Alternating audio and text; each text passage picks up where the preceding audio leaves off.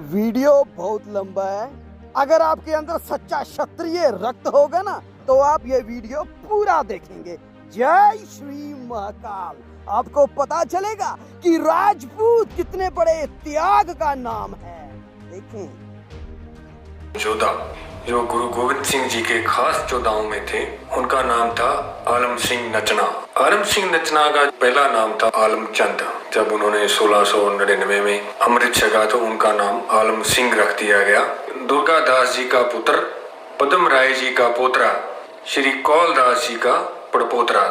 ये जो इनका चौहान खानदान था, ये काफी देर से गुरु साहिबान के शरण में थे। जो श्री गुरु हरगोविंद साहब जी के टाइम पे भी इनके जो वडेरे थे, उन्होंने गुरु जी के पक्ष में खड़े होके लड़ाइयाँ लड़ी और काफी बहादुरी दिखाई और शहीदियां भी पाई। एक अग्निवंशी राजपूत थे कवि संतोख सिंह जी, जिन्होंने सूरज प्रकाश ग्रंथ लिखा है, उसमें लिखते हैं, आलम सिंह तरे सब आयुध जात जिसी राजपूत भलेरी, खास मुसाहिब दास गुरु को पास रहे नित श्री मुख फेरी, बोलन केर बिलास करे जिह संग सदा करुणा बहुतेरी, आयस ले नित संगर के मन हुए आनंद चले ओ तिसवेरी।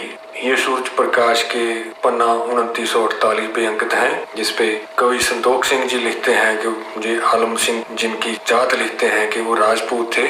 यहाँ मैं एक और बात आपको बतानी चाहता हूँ कि ये जो सिख जो राजपूत अगर अपने आप को लिखते हैं तो बहुत लोग ऑब्जेक्शन करते हैं कि आप राजपूत क्यों लिखते हो, ये जात क्यों आती है। ये जात जो है, इसका मैं जो आप सबको बताना चाहता हूँ कि जो जात हमारी एक पहचान है। जो क्षत्रिय थे उनकी जात क्षत्रिय थी। पंडित का काम था वो ब्राह्मण हो गए। जो व्यापारी थे उनको वैश्य कहा जाने लगा। जो बाकी काम करते थे उनको शूद्र कहा जाने लगा। ओरिजिनल मनुस्मृति हम देखें तो उसमें जो जो काम करता था उसको उसी का नाम दे दिया गया।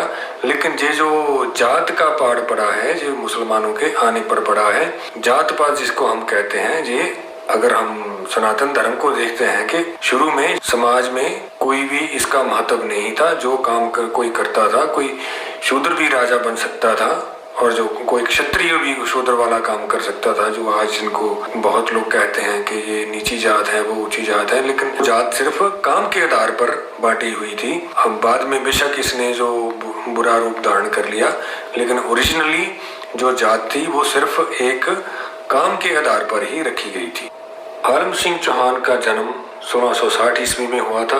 उनके गांव का नाम दुबुर्जी उदयकरणवाली, जो जिला सियालकोट में पड़ता है। इनके वडेरियों ने ही ये गांव बसाया था। आलम सिंह चौहान के जो दादाजी थे, उनके एक भाई थे राव किशन राय। वो भी एक महान योद्धा थे, जिन्होंने 23 अप्रैल 1635 को जो हमारे छठे गुरु थे गुरु हरगोविंद साहब, उनकी फौज में वो एक सेनापति थे। और जब करतारपुर की लड़ाई लड़ी गई है तो उसमें राव किशन राय जी शहीद हो गए, भाई आलम सिंह के दादा के भाई। पहले तो इनका नाम आलम चंद था। आलम चंद चौहान की जब उम्र 13 साल की हुई तो ये अपने पिताजी के साथ अनंतपुर साहब आ गए। तो एक बार वो अनंतपुर साहब आए तो वहीं के ही हो गए, रह गए। बेशक गुरु गोविंद सिंह जी से 5-6 साल ये बड़े थे, लेकिन फिर भी ये गुरु गोविंद सिंह जी के साथ ही एक अंगरक्षक की तरह हमेशा रहते थे। आलम सिंह चौहान की शादी बीबी भिखा के साथ, जिसका पूरा नाम भिखा देई राठौर था, जो गुरु गोविंद सिंह के एक सेनापति बजर सिंह राठौर की बेटी थी। बजर सिंह राठौर जो सारी सेनाओं को जो शिक्षा दिया करते थे, बहुत एक महान योद्धा थे। उनकी बेटी जो भिखा देई थी, उनके साथ आलम सिंह चौहान की शादी हो गई। 1692 की बात है। जो गुरु जी के साथ ये शिकार खेलने गए तो जो जब जंगल में शिकार खेल रहे थे तो दूसरी तरफ एक टोली जो शिकार खेल रही थी, उन्होंने इनके ऊपर हमला कर दिया। गुरु जो हेड थे वो एक बलिया चंद थे और एक उनमें भी एक आलम चंद उनमें भी था। तो ये बलिया चंद थे, उसको तो गुरु गोविंद सिंह जी ने कड़े हाथों लिया और उसको जख्मी कर दिया, तो वो भाग गया। उस पार्टी में जो एक आलम चंद थे, उनको आलम सिंह नचना ने कड़े हाथों लिया और उसके ऊपर ऐसे तगड़े वार किए कि उसको जख्मी होके भागना पड़ा और वो जंगल छोड़ के सारे जो थे वो भाग गए। सरदार आलम सिंह चौहान की जो बहादुरी है, उसकी बहुत सी कहानियां हैं। गुरु गोविंद सिंह जी का आराम गृह था, उसकी ड्यूटी पे ड्यूटी किया करते थे। तो रात को भी ये उनके साथ ही वहाँ जहाँ गुरु जी सोते थे वहाँ ड्यूटी करते थे। एक बार की बात है, जो पहाड़ी राजपूत थे, उनके जो छोटे छोटे राजे थे, उन्होंने गुरु गोविंद सिंह जी से मदद मांगी कि दिल्ली से हमारे ऊपर मुसलमान पर हमला करने आ रहे हैं, आप मदद कीजिए। तो उसमें गुरु गोविंद सिंह जी ने अपने 3 जर्नैल भेजे। उसमें आलम सिंह चौहान भी थे, नंदचंद थे, परमदास शिब्बर भी थे। तीनों जर्नैलों के साथ गुरुजी ने अपनी फौज जो पहाड़ी राजा थे उनकी मदद के लिए भेजी। तो इन्होंने बहुत बहादुरी से वहां उनका मुकाबला किया। मुसलमानों का जो मुगल फौज थी उसको हरा दिया। फौज हार के लाहौर का सूबेदार था दिलावर खान, उसके पास पहुंची गए। हमें गुरुजी ने और पहाड़ी राजाओं की फौजों ने हरा के भिजवा दिया। तो दिलावर खान ने किया कि जो उसका लड़का था रुस्तम खान को दिलावर खान ने अपनी फौज देके लाहौर से रवाना किया कि पहाड़ी राजाओं को बाद में देखना, सबसे पहले तुम अनंतपुर पे जहाँ पे गुरु गोविंद सिंह जी हैं और उनकी सेना है उसके ऊपर आप पहले हमला करो, उनको पहले खत्म करो, पहाड़ी राजाओं को हम बाद में देखेंगे। तो रुस्तम खान फौज लेके आ गया। उसने अनंतपुर साहब से कुछ दूर एक छोटी सी नदी पड़ती है, नदी के पार उसने अपने जो डेरे लगा लिए।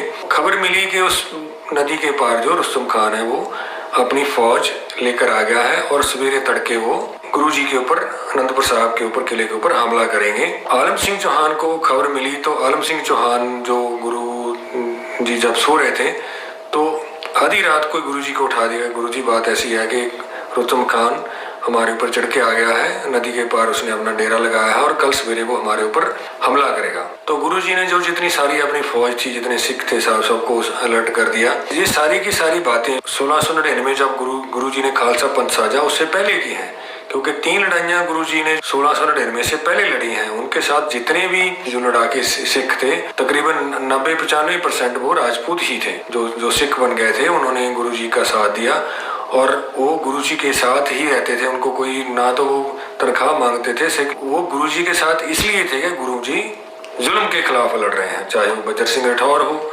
चाहे भाई मनी सिंह जी का परिवार हो, चाहे वो आलम सिंह नचना हो।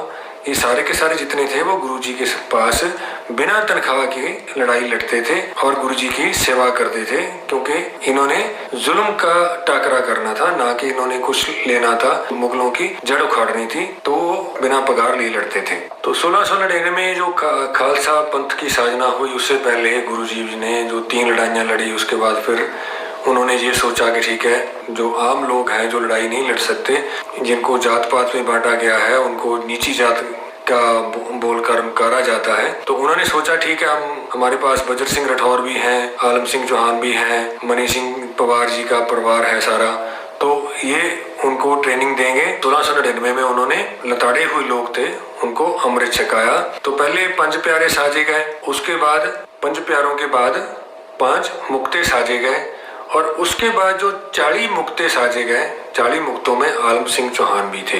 वैसे तो गुरु गोविंद सिंह जी ने कहा था कि कसम नहीं खानी है, लेकिन इन लोगों ने एक प्रण किया था कि जो मर्जी हो जाए हम गुरुजी का साथ नहीं छोड़ेंगे, चाहे हमारी जान भी चली जाए। बीबी भिखा देवी जी की शादी आलम सिंह चौहान से हो गई।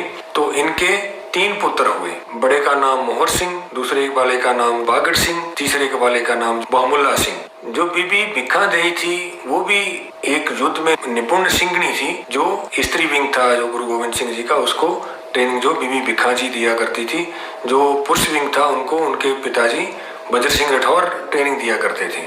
तो जब 1705 में मुगलों ने जब अनंतपुर साहब के ऊपर हमला किया, काफी 9 महीने तक ये अंदर रहे, 9 महीने तक बाहर उन्होंने घेरा डाले रखा। अंदर उनकी जाने की हिम्मत नहीं थी कि हम गुरुजी को आगे अंदर जाके उनके ऊपर हमला कर लें, क्योंकि वो काफी बख्तरबद थे। उनके जो जान की बाजी लगाने वाले जो उनके साथी थे, जिसमें ज्यादातर ये राजपूत वंश के ही थे। तो मुगलों ने एक चिट्ठी लिखी। अगर आप जफरनामा पढ़ते हैं तो उसमें भी वो गुरु गोविंद सिंह जी ने जब जफरनामा लिखा, औरंगजेब को लिखा कि तेरे जो साइन हुए थे उसमें जो हमारे पास जो रुका एक चिट्ठी आई थी कि आप अनंतपुर का किला छोड़ दो, हम आपको कुछ नहीं कहेंगे, हम कुरान शरीफ की कसम खाते हैं। जफरनामा जो ये पर्शियन लैंग्वेज में लिखा हुआ है, जिसको हम फारसी कहते हैं, तो जफरनामा का मतलब फतेह की चिट्ठी, जीत का एक पत्र जो उन्होंने जफरनामा के रूप में औरंगजेब को भेजा। उन्होंने लिखा कि तूने जो हमें चिट्ठी लिखी थी उसमें लिखा था, मैं कुरान की कसम खाता हूँ कि आप अनंतपुर का किला छोड़ दो, हमारी फौज आपको